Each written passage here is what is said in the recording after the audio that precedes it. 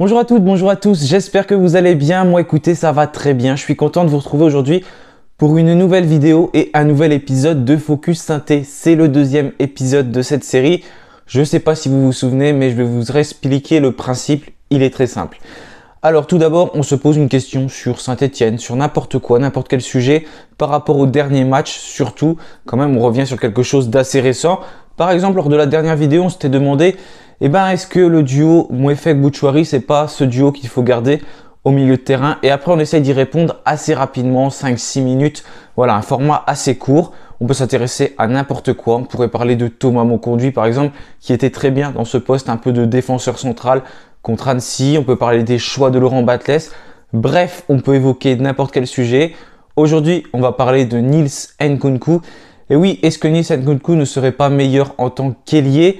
Il a fait forte impression contre Annecy, beaucoup moins contre Sochaux et contre Bastia quand il jouait latéral gauche. Donc voilà, c'est le sujet de cette vidéo. On va se poser cette question en quelques minutes. On va essayer d'y répondre. Et bien sûr, j'attends tous vos avis dans les commentaires. Et bah c'est parti.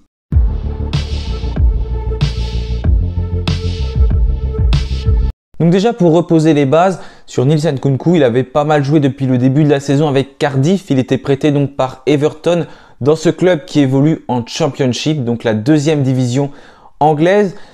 Il a pas mal joué, mais après la Coupe du Monde, ça a été un petit peu moins ça. La dernière fois qu'il a joué 90 minutes avec Cardiff, c'était tout simplement le 5 novembre dernier contre Sunderland, donc en match de Championship. Après, il a joué quelques bouts de match au mois de décembre et il s'était arrêté sur un match donc un mois avant de rejouer avec l'AS Saint-Etienne. C'était le 17 décembre. Nils Nkounkou avait joué à peine 10 minutes. Une semaine avant, le 10 décembre, il avait quand même joué quasiment 60 minutes. Donc c'est un joueur un peu à court de rythme qui est arrivé à Saint-Etienne. D'ailleurs, Laurent Batles l'avait quand même bien rappelé en conférence de presse. Quand il était sorti contre Sochaux, c'est parce qu'il avait ressenti une gêne, il était un peu épuisé. Voilà, physiquement, c'était pas trop ça. Du coup, il avait dû laisser sa place. Et Nils Nkounkou, donc, on voit qu'il n'était pas très en forme puisque ça faisait un mois tout simplement qu'il n'avait pas joué au foot, vraiment un match. Comme beaucoup de joueurs, j'ai envie de dire, du côté de Saint-Etienne, ils sont arrivés à court de forme. Et il a été assez en difficulté sur ses premiers matchs, Nils Nkounkou, puisque contre Sochaux ou encore contre Bastia, c'est un joueur qui s'est souvent fait prendre sur les côtés, sur son côté gauche. Un joueur qui était souvent très en retard, qui garde très mal son côté, parce que je rappelle qu'on l'a recruté pour être latéral gauche. Mais il était souvent en retard, il avait tendance même à se placer dans la surface pour défendre, laissant son adversaire tout simplement avec un grand espace. Et c'était assez facile pour lui de passer. On l'a bien remarqué sur les deux derniers matchs, avant celui contre Annecy, le côté gauche, il était vraiment très facile, que ce soit pour Sochaux, pour Bastia, qui avait de grandes facilités tout simplement à passer sur ce côté. Donc voilà pour Nkounkou qui n'était pas dans le bon timing également défensivement et qui était assez lent.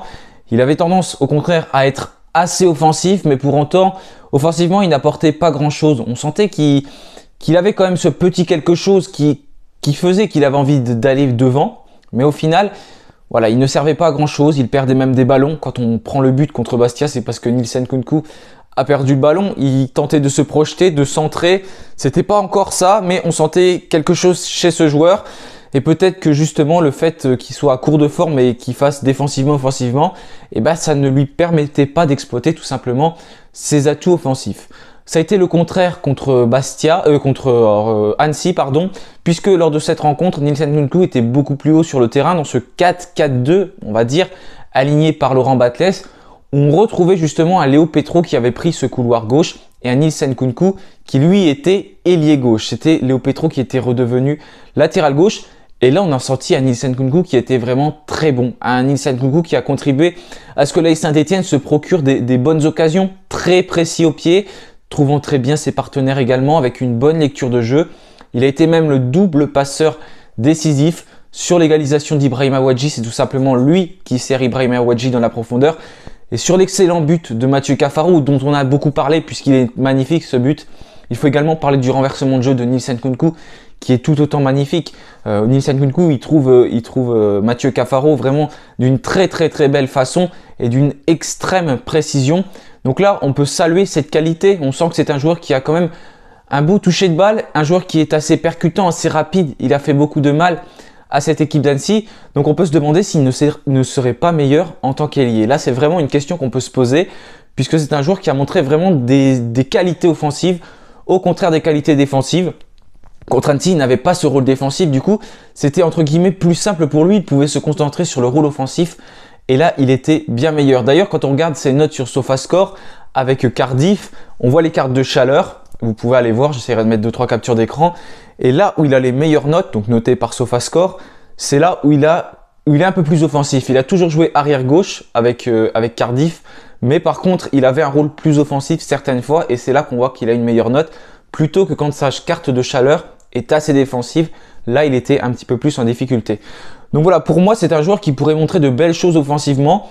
Je l'ai un peu tout le temps pensé depuis qu'il est là, un peu dit aussi. On voit qu'il n'hésite pas à aller offensivement, même s'il n'avait pas montré grand chose encore, donc on ne pouvait pas se dire s'il était bon en tant qu'ailier ou pas. Mais par contre, on voyait qu'il avait de grosses lacunes défensives. Et là, franchement, contre Annecy, j'ai trouvé que c'était une bonne solution.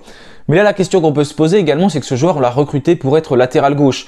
Donc si ce joueur ne joue pas au poste de latéral gauche, Nielsen Nkounkou, qui va jouer latéral gauche du côté des Verts? Là, c'est une question qu'on peut se poser, puisque je rappelle quand même qu'on a Ivan Masson qui est parti. On a également Gabriel Silva qui a rompu son contrat. D'ailleurs, pour parler des joueurs qui sont partis, on a Charlaby qui est parti du côté de Lausanne en D2 Suisse également. Il fallait qu'il parte, Charlaby, c'est pas le sujet de la vidéo, mais je voulais quand même l'évoquer puisqu'il vient de partir donc à Lausanne en Suisse. Donc ça, je pense que c'est une bonne chose pour nous. Charlaby, il avait besoin d'aller voir ailleurs et on en avait besoin aussi puisque tout simplement il ne jouait plus, Laurent Batles ne lui faisait plus confiance. Voilà, extra sportivement, c'était pas ça non plus.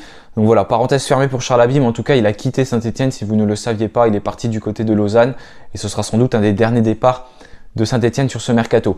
Donc là, on peut se demander, pour Nielsen Nkounkou, si on en revient au latéral ou à l'ailier du coup stéphanois, qui pourrait jouer à ce poste de latéral, puisque Léo Petro semble plutôt bien assuré, je trouve. Là, il a bien assuré contre Annecy, il a plutôt bien dépanné quand il était sur ce poste-là.